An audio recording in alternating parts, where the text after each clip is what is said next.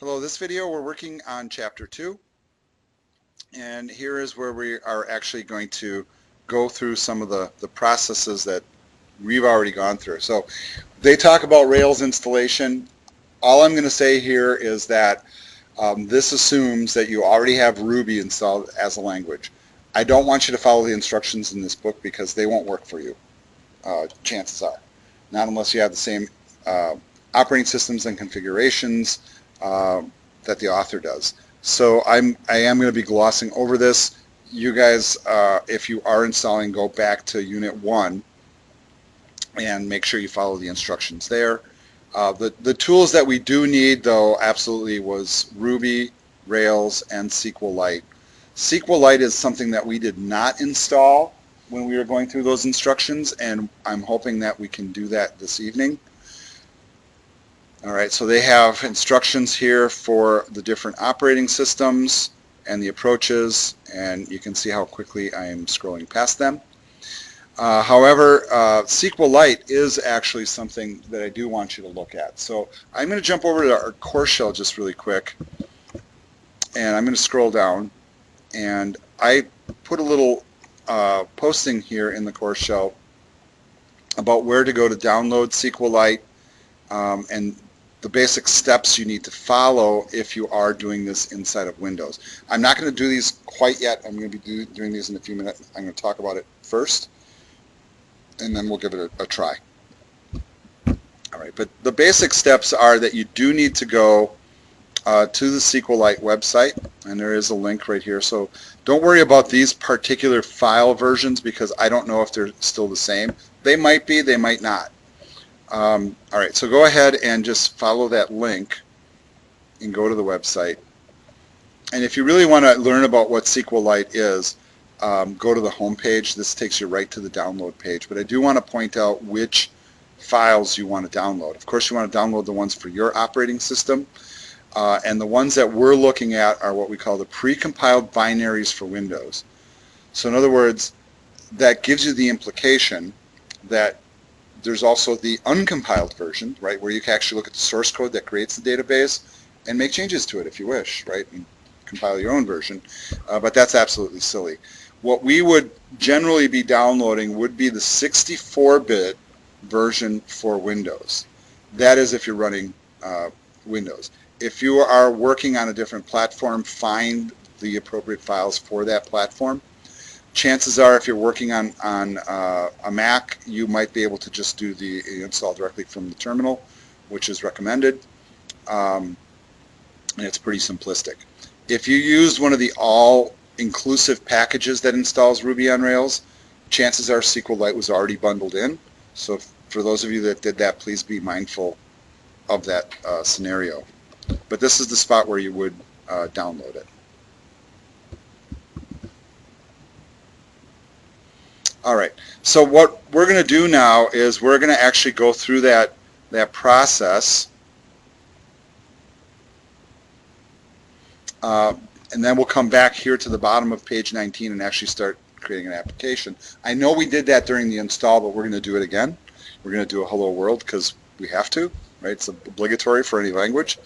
So what I'm going to do is I'm going to jump over to the core shell now, and then we're going to go through these steps. So we'll start by going to the website that we already did, and if you haven't already, and I'm hoping you probably did, is find that version that you need to download. So I'm going to go ahead and do this and choose the precompiled binaries for Windows, and I hope that you guys are noticing that this is a zip file. So basically we're just going to be downloading and extracting stuff. So I'm going to click on that and download it really quick. It's less than a megabyte in size. Shows you how efficient it is.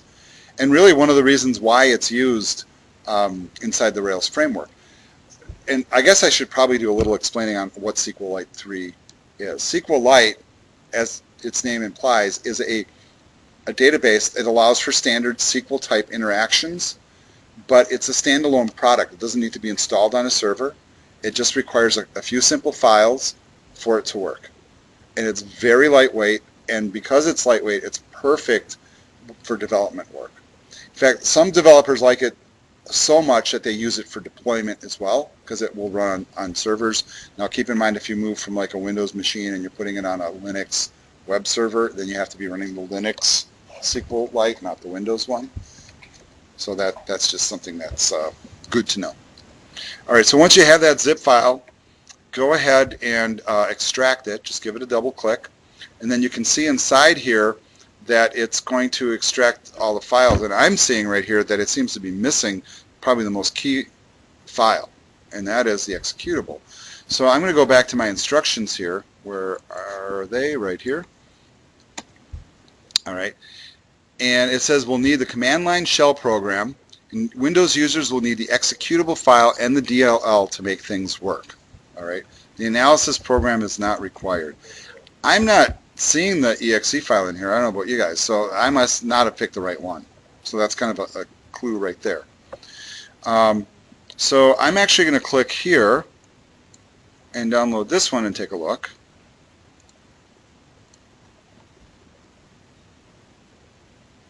And then I'm seeing that this is Windows 32 x86. I hope that's not a problem.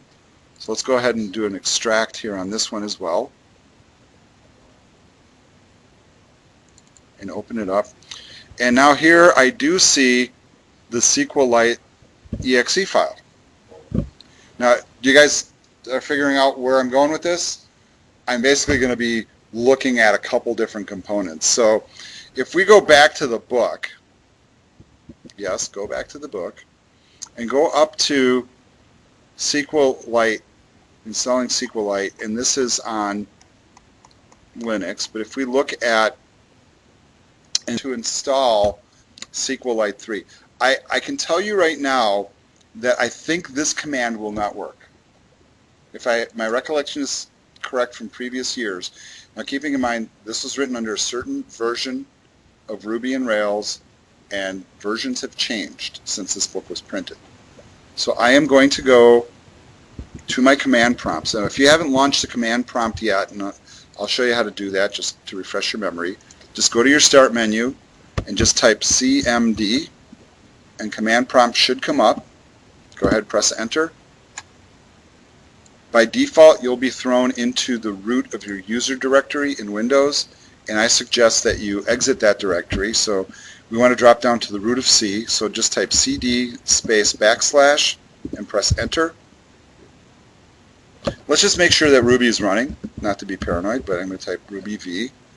And while we're at it, let's type Rails-V.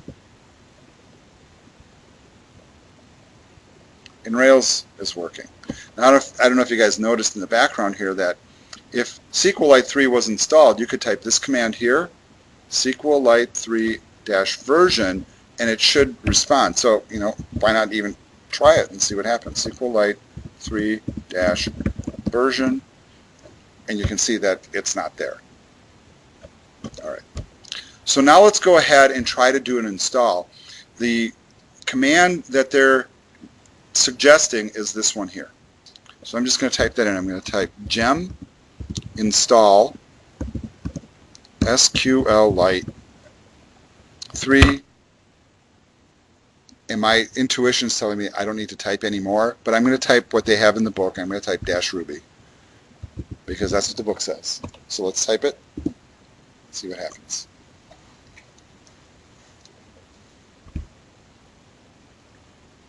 Notice the message? It just changed its name to SQLite 3. Rather than installing SQLite 3-Ruby, you should install SQLite 3. Okay, so I'm going to up arrow on the keyboard. That repeats my last command. And I'm just going to get rid of that Ruby part. So I'm just going to type gem install SQLite 3. Press enter.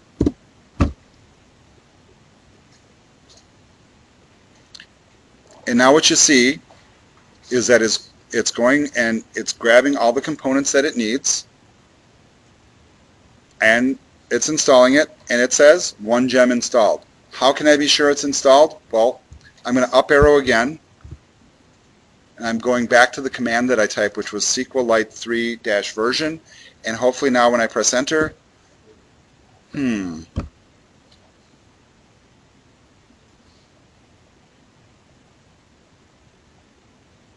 Can somebody tell me why it's not finding it? What does that say when it's SQLite 3 is not recognized as an internal or external command? What does that indicate to me?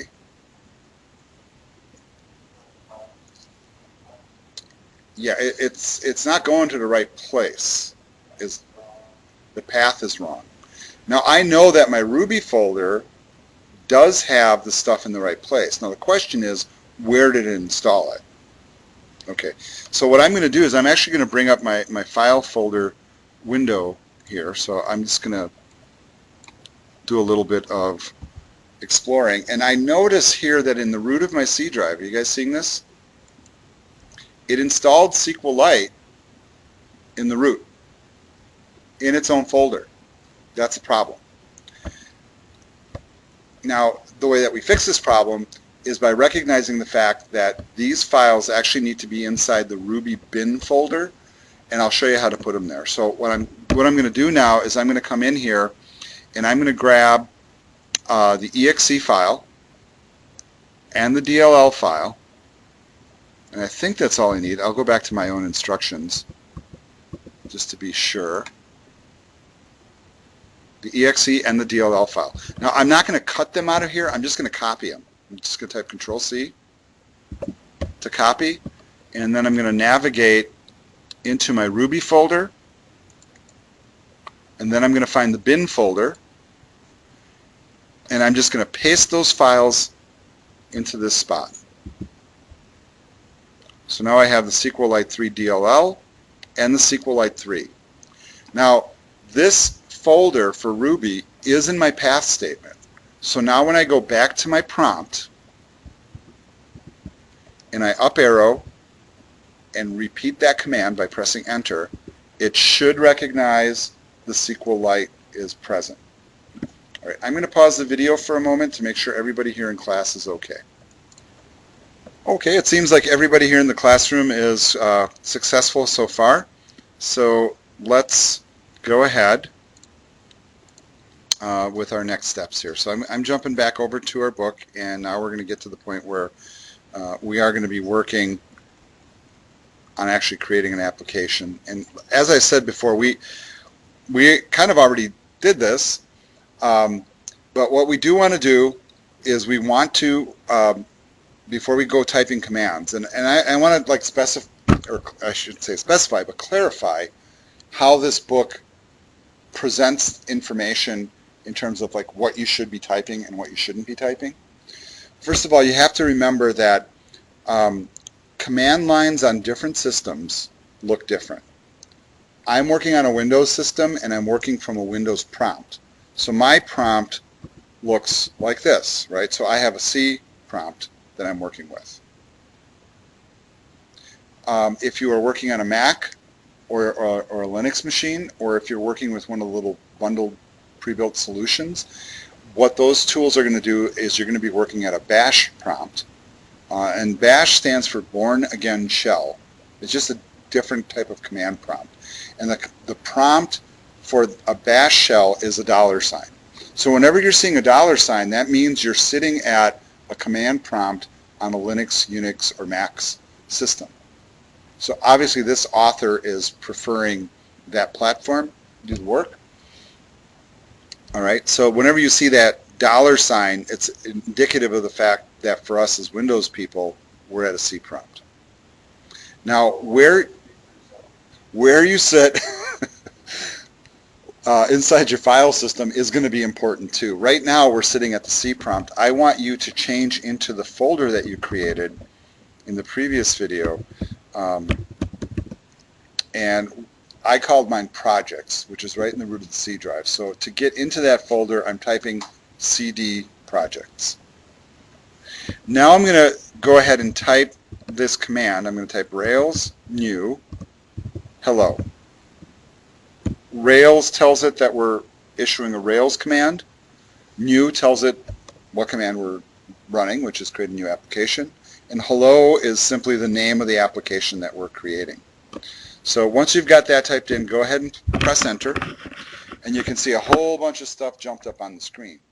And I'm going to actually use this as a way to demonstrate what's going on in the book here. So when the book is showing all this stuff here and then dot, dot, dot down here at the bottom, that's an indicator of what's being put back up on the screen. You're not typing that stuff in. The installer is doing it automatically. But I have had students who are like, well, I kept typing create readme, create rake file, and I kept getting errors. And it's like, yes, that's the output you're supposed to see. But believe it or not, people do mistake it, so that's why I'm pointing it out. So if you scroll back up, it keeps a log of all the stuff that it did. So it's showing you what it's creating, the folders and all the files, and the file structure of the entire application. And this is something that you'll become familiar with, and you're going to see that there's a bunch of different types of file extensions, some of them that you've never seen before. For example, you're going to see MD files, CSS, JavaScript, those you've seen. You see RB files, those are Ruby files. Then we have ERB files, those are embedded Ruby files. What else do we have here that's different? YAML files, the YML files. Oh, and then there's .keeps. Well, that's the majority of them, but you can see basically the whole file and folder structure of the application that was created. Once that structure is created, it actually runs a command. So it automatically runs a command called bundle install. What bundle install does is it goes out and based upon the thing that you just created, it looks for all the dependencies that are required. So this is kind of like, what are all the libraries and tools and add-ons that we need to make this application go?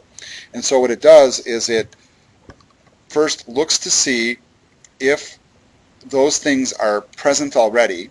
If they're present already in the Ruby installation, it's just going to say using rake, right?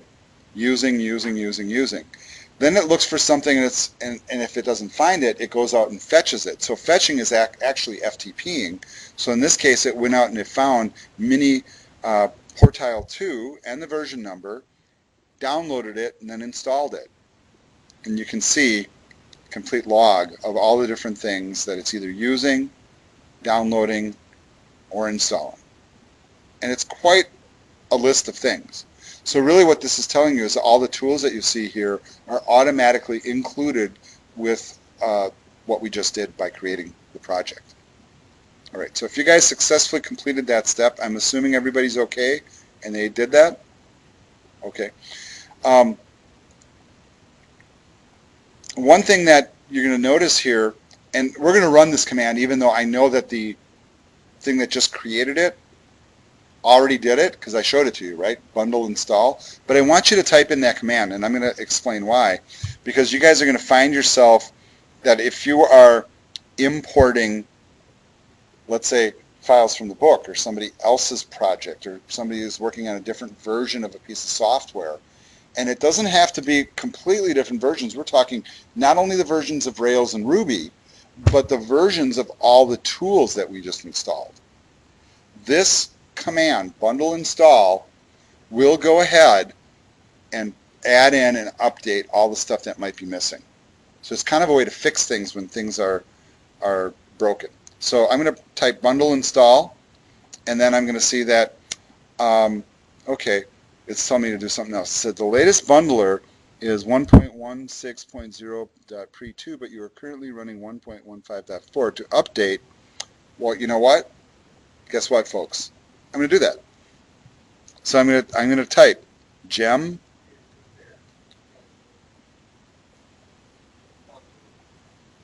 Say that again. Does it matter? I'm being asked if I should do it in my projects folder or do it in the root of my drive. Some people are telling me to do it in the root. All right, I'm going to live dangerously. Are you speaking from experience, sir? I'll tell you what. Here's where you guys have to start getting brave and going boldly forth. The worst thing that's going to happen is it's not going to work. Well, the reason I say experience, or is this a All right, well, that's a really good definition. Yeah, that's the problem. In this case, when I'm running the gem installer, it's actually running off the Ruby programming language, which is in my path. So wherever I run it from, it is going to update Ruby, right? But this is telling me that I can't even run bundle install because I'm not running the right version. So this is kind of interesting. So I'm going to go ahead and type the command. Worst thing that's going to happen is it's going to say wrong, do it again. But you can see that it's fetching, installing, looking for documentation, installing the documentation for me, even though I'll probably never look at it.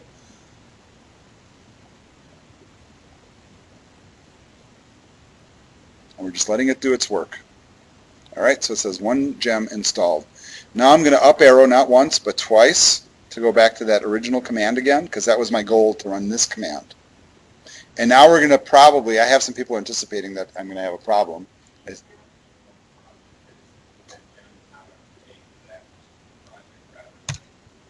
All right, could not locate gem file.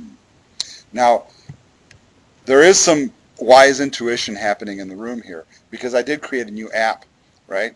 And if I type a dir command in my projects folder, I will now see that I have a folder for hello, right? If I'm doing a bundle install, it wants to know what project I'm working on. That's what's going on here. So I'm actually going to type cd space hello to go into that new project. Now I'm going to type bundle install. And wow, it worked this time. Okay, but I'm not going to be satisfied with just going it worked. You need to get into the habit of looking at the output of these screens, folks.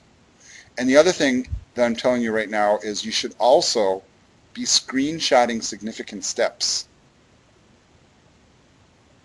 Right? All right. You can determine what those significant steps are, but I'm going to need to have you show proof that you accomplished it. All right, so scrolling up, and it looks like it didn't update anything. It just used everything. So that kind of concurs with what I saw before. But what we did do that was successful is we did update the bundle installer, which is actually a tool. Okay, so now we're done with that step. So we got past bundle install. And now we're going to be working on actually taking a look at the work that we're doing. And so the first thing I did here, you noticed, is I'm split screening myself in Windows so I can see both my prompt and my book at the same time. And I'm going to bump up the zoom level here just a little bit. And then at the prompt, we are going to type Rails server. Optionally, and I think I mentioned this when we did the install, you can actually just type Rails S and it does the same thing. But I'm going to type the full command this time. So Rails server, and press enter. One thing you're going to notice is the difference if this command works is that they have a different web server built in. When this book was written, originally they were running a web server called Webrick, and they've now replaced that with Puma. Okay? Now the next step, which I know that we succeeded with this when we installed, is to bring up a browser. So go ahead and bring up your browser, open a new tab, and then just simply type localhost : 3000 and press enter. All right. This looks exactly like what we created when we did the install, right? But now we're running it from inside the app we just created called Hello. Okay. So this is great that it automatically creates a screen that says, yay, you're on Rails. Makes you feel really good about yourself, right? But now we need to actually create something inside there, and our goal, of course, is to do Hello World, so let's get to it. So I'm going to jump back over to the book. Now you're going to leave your command prompt with the web server running. All right, and this is the thing that you guys are going to learn is as we start to work, you are going to notice that you'll probably end up at most times having more than one command prompt window open. One will often just be the web server running, and the other one will be where you type in your commands. Sometimes you might even have more than that. All right, so I'm going back to the book just to see the next set of instructions, and we succeeded with our steps. Now granted, the old version of like, yay, you got it to work is this one, so that's not what you're looking for, obviously.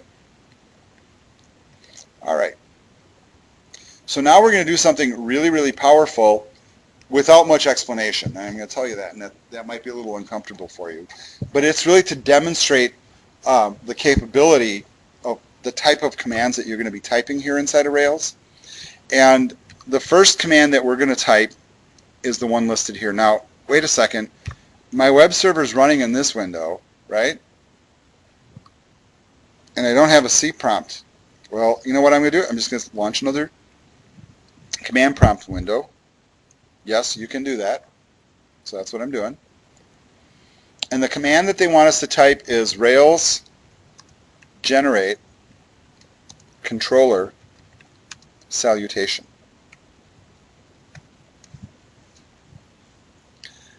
This seemingly simple command is scaringly powerful. It's actually a thing that we call scaffolding. This is building a whole infrastructure not only for the simple thing we're about to do, which is, it's really a simplistic thing, but we're creating inside of our application a controller file that is going to respond to us typing a certain type of URL and then put it up on the screen for us. So go ahead, if you've got that typed in correctly, it should work. And I'm guessing that somehow I did this all wrong. What did I do wrong? Yeah, I'm not in my project folder, folks. I'm still at C users and my user folder. So at the prompt, I'm going to drop down to the root, CD backslash, and then CD projects, and then CD hello. Now I'm going to up arrow until I get back to that command. I don't want to type it. Why type it when it's already there? Press enter. So now that we're inside of a project, we can actually create the action. And you'll see that the output that we get on the screen, although it might not be exactly like what you see here, it should be really similar. Really similar. So now the controller is created, and that controller, if you look at it, it tells you what it created. It said it created a file in this folder, app controller salutation, called salutation controller RB, so it's a Ruby file. It created a folder and a file inside of the views folder. It created a test version of the same file. So yes, embedded testing is part of this. It also created a helper application, and then it also allowed us to use both CoffeeScript and SCSS to write shortcut versions of JavaScript and CSS if we so choose, that are related specifically to those items. All right. Scrolling down in the instructions,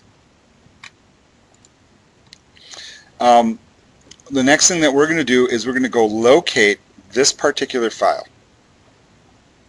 And this is kind of the convention that this book uses, and it's really easy to miss when you're starting out, like what I'm looking for, what I'm typing, where I've got to go, and what I suggest that you do. Now, you can do this all from the command line if you're so inclined, but I think that some of this, like text editing, is silly to do that way. So what I'm going to do is I'm going to bring up a file folder window.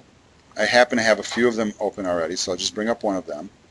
I am going to drop down to the root of C, and then I'm going to navigate into the project folder and then into the app that we just created. And then I'm going to kind of just pull this over to the side a little bit, and I'm going to go looking for this particular asset. Now, initially when you guys are doing this, the folder structure of a Rails application is like a little bedazzling, right? Because I just typed a couple of little commands and it created all this stuff for me. You're going to get used to the folder structure, and after a few weeks, and maybe it'll take 5 or 6 weeks, I don't know, you'll navigate you'll know, oh, I know where to go. It's here, it's there, and you'll get it. But initially it will be a little bedazzling, so don't feel bad. So we're going to go to App Controllers Salutation Controller. So inside the app, we're looking for the controllers folder, and then you'll see that there is a salutation controller file. It's a Ruby file. It's marked with .rb.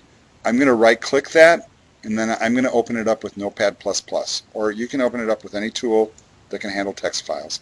I do strongly recommend that you use a text editor that at the very least has recognition of the Ruby file format. Notepad++ does. It recognizes the art extension and will color code for it. And also something that has line numbers. All right. It'll show you what it should look like, and believe it or not, that is what it looks like. And notice that what we have here is a class file. So yes, Ruby is object-oriented, and this is a class, and the class that we're working with is called Salutation Controller. Notice the little less than sign here, and then application controller that follows it. Does anybody want to take an educated guess as to what that syntax implies? What does the less than stand for, and what does application controller mean? Okay, since you're not all jumping in, wait, I got a light bulb here. Is application controller the class for salutation? Bingo. That is absolutely correct. So the really what we're saying is this class extends application controller. Now, if you guys just did Java 2, or you're doing Java 2 right now maybe, you guys will see that every time you create like a GUI application, you always extend application in Java. This is the same thing. So what we're doing here is we have a parent class called, or if you want to think of it as superclass, called application controller, which has a whole bunch of features in it. And every controller that we create is an extension of that controller. So there's the first little piece of syntax. All right. Now what we're going to do is we're going to go in and we are going to create an action that's going to go with that controller. So I am trying to keep myself split screen here as best as I can, and while still being able to kind of see everything. All right, and let me get my text editor back up here. That's better.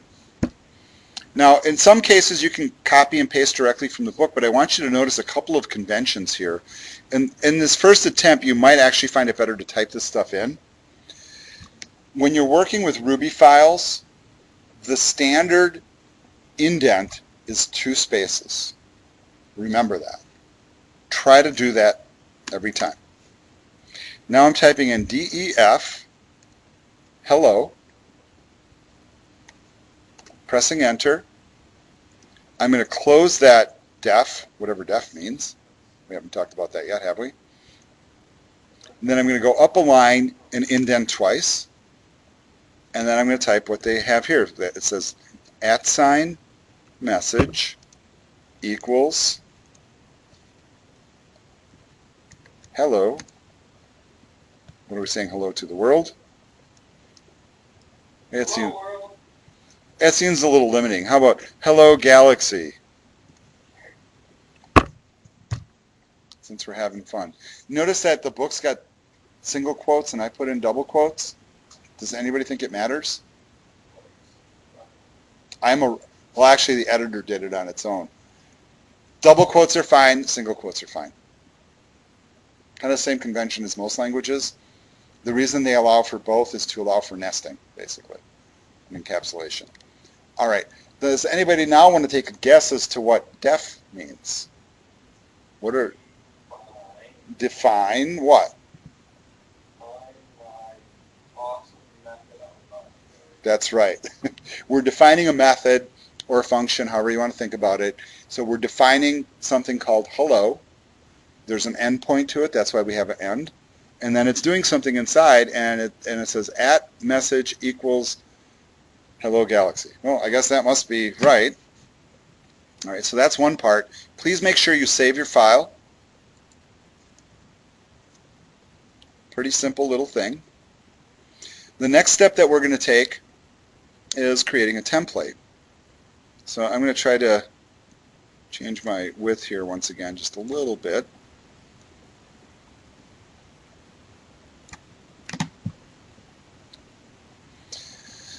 All right, one thing that they're going to have you do here, they want us to go in and look at this folder, which is called app/views. So in your file folder window, navigate back down to app and then go to views. All right. Then you're going to see inside here that there's folders. And notice salutation is actually something when we type that Rails generate command, it created this folder for us. It was one of the assets it created. So if we actually go inside that folder and take a look, we see that there's absolutely nothing. We haven't created any views yet, but we're going to. All right. So what they'd like us to do, oops, I didn't want to click on that, cancel. All right. We're going to go ahead and we're going to create a file that has an interesting file extension. In fact, it has two file extensions. All right. And let's explain what's happening here. The HTML extension is one I hope you guys know, otherwise you shouldn't be in this class, right? But that's telling us that in essence we're really creating an HTML file here. But the .erb extension tells us that we're working with an approach called embedded Ruby. Now, embedded Ruby is kind of like, a way to think about it is we can write code that is kind of a mix, basically, of HTML and Ruby put together. One thing that you guys are going to notice is that we're going to create a file. So that one of the first tasks here is we are going to go into our text editor and we're going to click and create a new file. And the very first thing you guys should do is you should save it. There's two reasons for this. One is that way you can leverage the color coding of your text editor. It shows you syntax errors.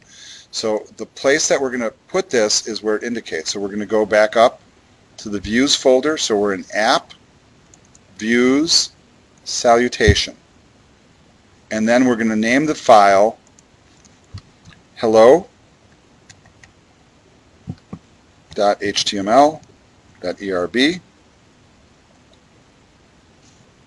Hit save.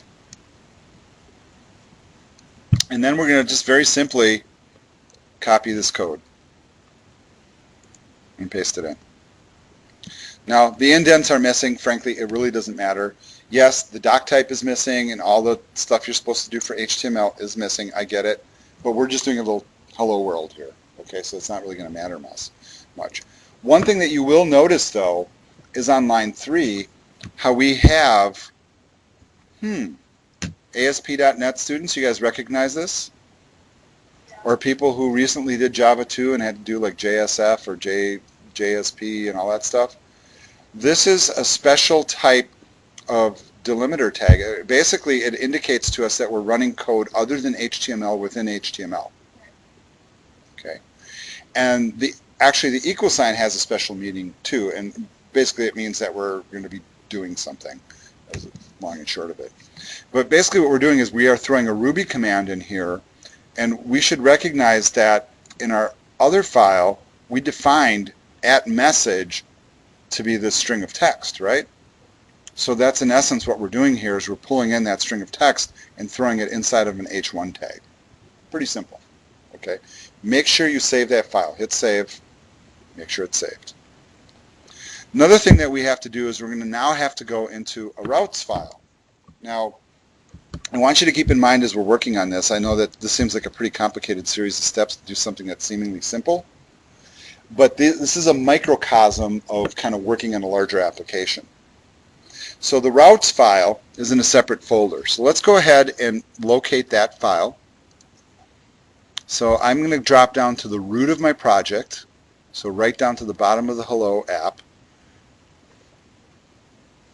We're going to go to the config folder, and inside there is a folder, or excuse me, a file called routes. Go ahead and give that a right click, and then edit with Notepad++.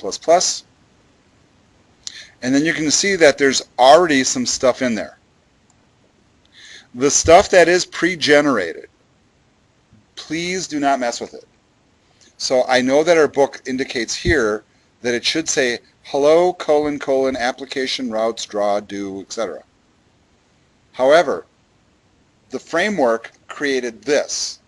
My intelligent approach, based on experience and a lot of trial and error, is don't mess with stuff that's pre-generated unless it doesn't work. Okay, so even though the book's telling us to type one thing, I'm going to stick with line 1 the way it is. But I am going to go ahead and inside, I'm going to grab this get statement,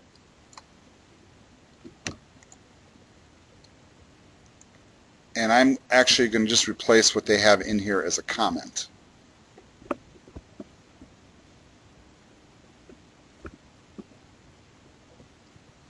Now, there's a lot to learn about routing files inside of an application, and that's not my goal right now, but I can tell you that this is a necessary step to make this work. That's really all you need to know right now. So I don't want to cloud your brain with the whys of it quite yet. But a route is basically, if I'm to summarize it, a way to get to the assets that you need to take the actions that you're trying to perform. Okay? Just at this point, just nod and smile to that statement. You'll learn about it later. So once you made that change, go ahead and save it. And now what that's enabled us to do is, if you look at this URL right here off to the left in the book, is it's enabled us to address salutation, recognizing that it is a controller. It's a thing that we can access through a controller. And then inside that controller, there's a thing called hello. Do you remember creating that? Right? We're defining hello. So what we're saying is go to this controller and perform this method. So really, can you guys see what's happening with the URLs now? The URLs are switching to a clean URL structure where the URL does not point to folders and files. It points to controllers and actions, or methods if you want to think of it that way. It's also possible to pass parameters through the URL, which is kind of interesting. So believe it or not, you can actually click the link in the book, and that should work. So if it did work, and of course, what are we anticipating right now, Tom? It's going to say goodbye world. No longer shall the sea be captive. Yeah, well, it says hello galaxy. It took a little while, and I want you guys to think about this for a second.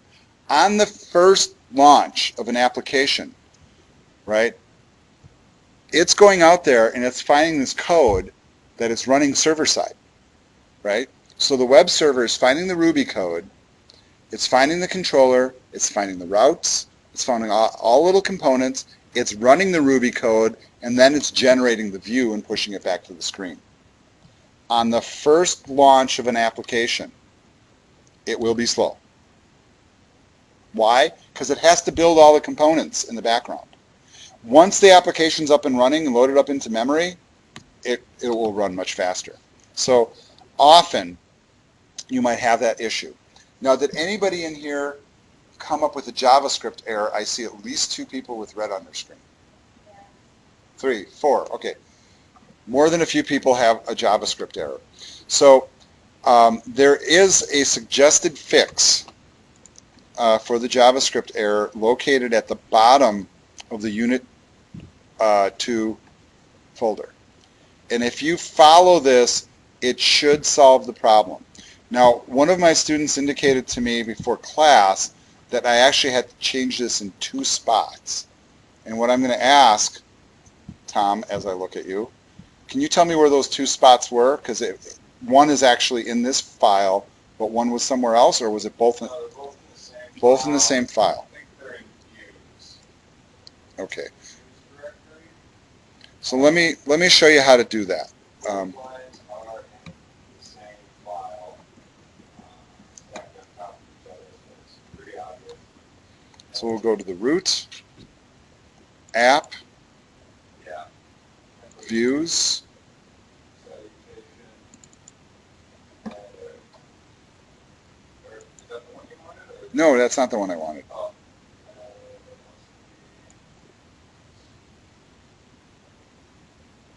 Oh, no, it's in layouts, and that's right, it's in layouts. Okay. Because I'm seeing that right here. Yeah. So we'll find the application, we'll edit, and then here inside the file, and I'm checking my line numbers too because these versions change from iteration to iteration. So I'm looking on line 6, and on line 6, it's blank. All right, and we know it's a JavaScript error, so guess what line it should probably be? Maybe the line that talks about JavaScript? All right. Now, if you change the keyword from application to defaults, you should be okay. So that you would change this to say defaults. Now, what question you should be asking as a problem solver in IT, the question is, why didn't you have that problem? That's what you guys should be asking. Why did I have that problem and not me, the teacher, right? There's a couple of reasons. All right. Unbeknownst to most people, when you're working inside of an operating system, right, most people don't realize that our operating systems also have JavaScript engines built into the operating system. I'm not talking about the JavaScript engines that are built into our browsers that we're used to, right, from writing HTML. So we know if we were working in Firefox or Chrome or Explorer or Edge or whatever tool you use, that each one of those browsers has JavaScript as an engine built into it. But the Microsoft operating system, the Macintosh operating system, and the Linux operating system have JavaScript runtimes that work within the operating system. You want to guess why? Because there's plenty of applications. A real good example is some of the Adobe products, including Dreamweaver, Photoshop, Illustrator, are coded in guess what language? JavaScript. Isn't that weird? So there's lots of applications that are written that have JavaScript as one of their coding engines, and therefore the operating systems natively must run JavaScript. So now, depending on what operating system you're running, maybe if you're in developer mode or not, or if you have other third-party tools installed, you might not get this error. And I'm going to demonstrate to you some third-party tools that do prevent this problem from happening. One of them is a tool called Node.js. So you see I'm going into my control panel right now, and then I'm going to programs. This be a browser setting? It could be a browser setting as well, but less likely. That's the first thing I would try. I've tried that approach, Tom, and it's not a fix, but yeah, you know what? That's an intuitive first guess. So Tom here in class is saying the first thing I would try to see is it a browser setting. So for example, some people turn JavaScript off. That's not really common these days, but some people do. But I also have a piece of software installed here from doing other coding work that's called Node.js. I've discovered over time that students that have Node.js installed typically won't run into this problem at all. So let me explain what Node.js is. Node.js is a server-side JavaScript engine that when installed on your operating system can supersede the operating system's native JavaScript engine and run the JavaScript commands through its engine. If you guys have taken the Web Programming 2 class, and I don't know how many of you have done that in this room, probably none, I'm guessing, or Web Programming 2? Depends on which degree program you're enrolled in. Chances are if you're in the Ruby on Rails class to fulfill your degree, it wasn't required for you to take Web Programming 2, right?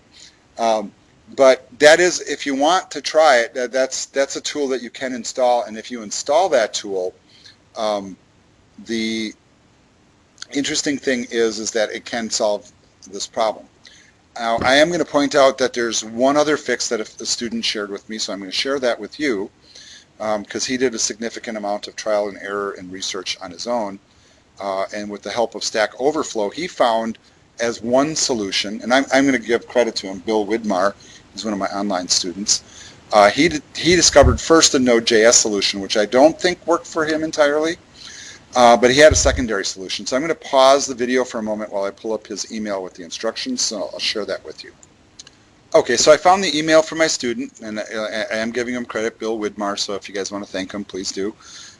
But he sent me an email that read as follows. So notice he was getting this, and he said that changing to defaults also does not work. So he showed me that he did change, but I'm seeing that he changed the wrong thing. So Bill, if you're watching this video in the aftermath, the reason it didn't work is because you changed it to defaults on style sheet, not on JavaScript. So the one you want to change is the JavaScript one. But he also found an alternative solution, and he was working using Windows 8. And so what he did is he went to this folder, found that file, changed application to application.css for the style sheets, even if you're using Sass, and application.js for the JavaScript link. So he changed a couple of links, and then he went in and he, and I assume this should say delete here, and commented out the required turbo links. Now I'm going to tell you what, that will work. I've actually tried this solution in the past, but I consider it more of a band-aid fix than a real fix, because you're going to have to do this every time otherwise. So one solution for you guys would be just to get into the habit of when you create a new application that you go in there and you change from application to defaults. That should work for you. If it doesn't, try installing Node.js. If that doesn't help you, then last-ditch effort, try this approach. And if that doesn't help you, you better be contacting me for help. All right, and I'll help you figure it out. I'm going to jump back over to the book real quick, folks. And just to point out the fact that, yay, we finished chapter 2. So we got through 2 chapters in one night. That's not going to be a typical thing. In fact, the subsequent chapter is going to take a little bit longer. But hopefully you guys all got this far. And really my goal right now isn't that you guys are racing ahead. I will be releasing the next unit. So those of you that do want to work ahead, can you guess what the next unit is going to be? Chapter 3, right? So what you'll be doing in that chapter is just pressing forward with the commands. If you don't want to work ahead on your own, you can wait till you come to class and then work on it in the aftermath. That's absolutely fine. So however you choose to work. And I get people that do both. All right. Hopefully that was helpful and you picked up a lot of helpful tips. And I know that this first application build was a little weird because you're still learning all the little components, but this does become a process that repeats, and you'll start to see the patterns in it. All right, this video ends here, and I will see you guys next week.